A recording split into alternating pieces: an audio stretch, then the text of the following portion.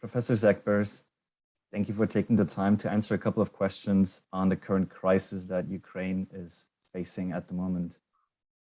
Germany has kind of a reserved, kind of cautious position at the moment. Why is that? I guess there are a couple of reasons. One reason is that the three parties who are components of the recently newly built government have different attitudes to some of these questions which are relevant here. Regarding sanctions in general, regarding exporting different types of weapons, regarding Russia. And so far they did not manage to harmonize these different positions. So that is very unfortunate, according to my assessment, but that is how it is. Another thing is that we have also in the population very different positions when it comes to Russia. For example, in the new Länder and the components of the former GDR, the general attitude towards Russia is rather friendly for historical reasons, for economic reasons, and so, which is not the case in the Bundesländer of the former Federal Republic of Germany, and some other issues. So it is not possible so far to bridge that. That brings us in a situation that the very different voices from different representatives of the government are not in sync with each other. That is not good for Germany. It is not good for the alliance. And people are puzzled. It is very unusual that yesterday, I think it was the foreign minister of Latvia, had a long and very explicit interview criticizing the German positions, not position, but positions. I agree with that, but I don't expect any kind of improvement shortly. I see. And if Germany already can't come to a consensus, how likely is it that the EU will find a consensus and act as one, as a response to whichever Russia chooses to take? Well, one advantage of diplomats is that they sometimes manage to smooth over very difficult positions. So formally, they may find a compromise, but these compromises then are not very strong. So far, we also have some kind of compromise, like that most governments agree that everything is on the table, but in closer inspection, it is not like that. Some things are not on the table, like for Germany, for example, it's exporting weapons or even agree to exporting weapons. So that is a difficult thing. As I said, that is not going to change in the next days or weeks. And it will, for example, be very interesting to see in case that the issue of sanctions will really have to solved, like in the case of Russian aggression, how German government members will behave regarding the future of the pipeline Nord Stream 2. That is a very important issue. I belong to those people who said already years ago that there is no need. There is no need to build that, not for energy policy reasons, not for climate change reasons, and not for political reasons. But the majority in the then government and now government saw it differently. Now, lots of money have been invested in this project, lots of reputation as well.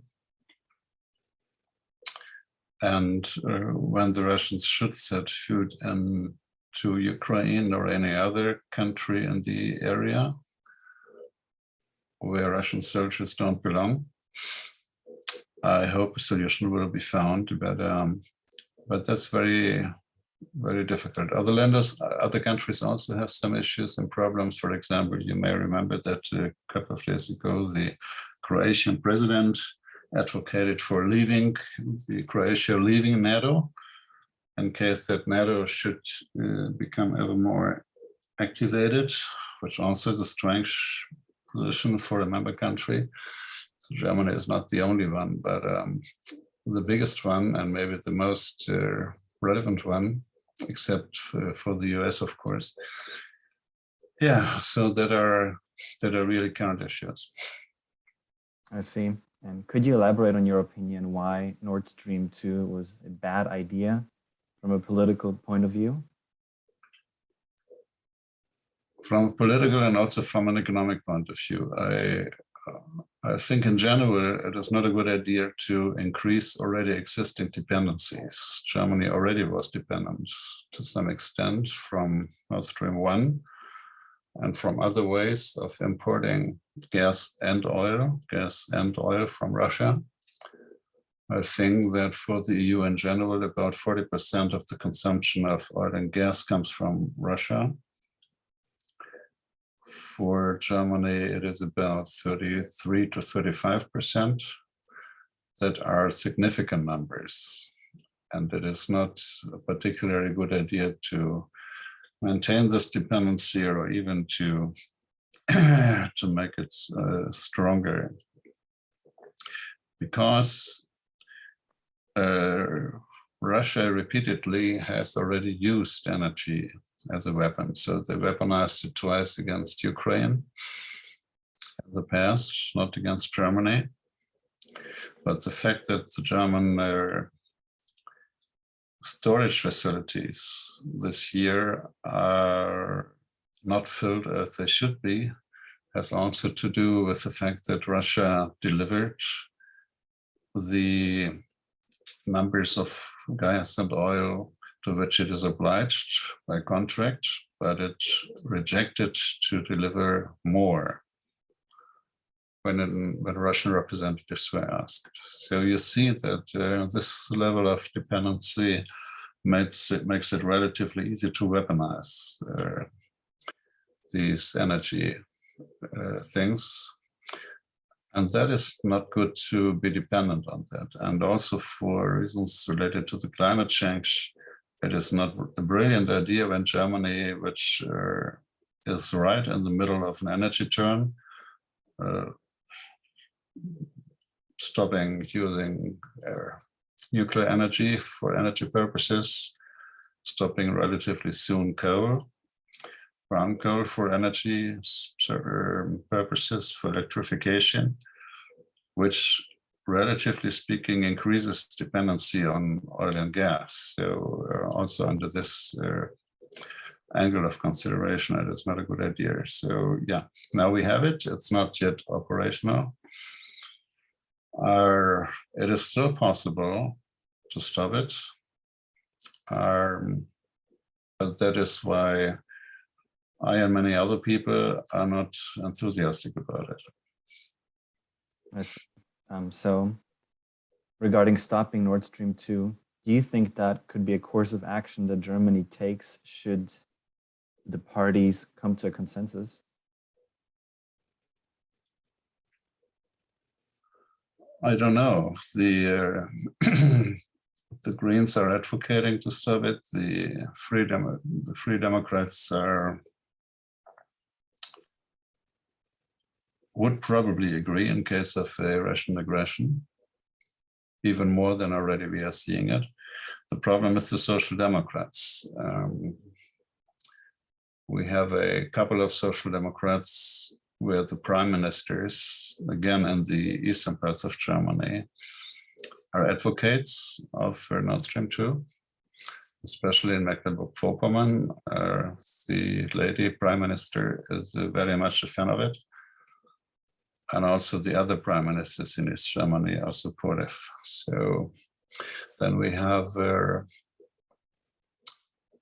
for the eastern countries in Germany, relatively important economic ties to Russia from those countries, from those Bundesländer to the Russian Federation. We also have historical problem, or maybe not a problem, but a fact with the Social Democrats that many of them still are living in the aura of the early 70s, Willy Brandt and others, who created the new Eastern policy then, which then was a very good idea, given the circumstances then.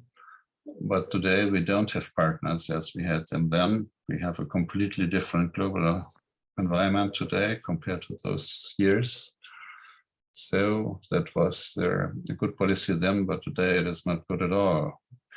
If you want to be particularly nice and cooperative to the current Russian leadership, that is just not possible.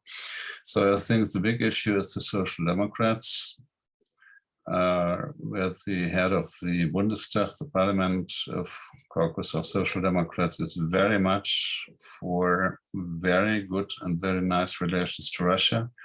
A couple of ministers, a couple of prime ministers, and the executive director of the Social Democrats as well. So I cannot tell you what the outcome would be, but that would be a very, or is already a very difficult situation. I understand. Professor Segbers, thank you so much. My pleasure.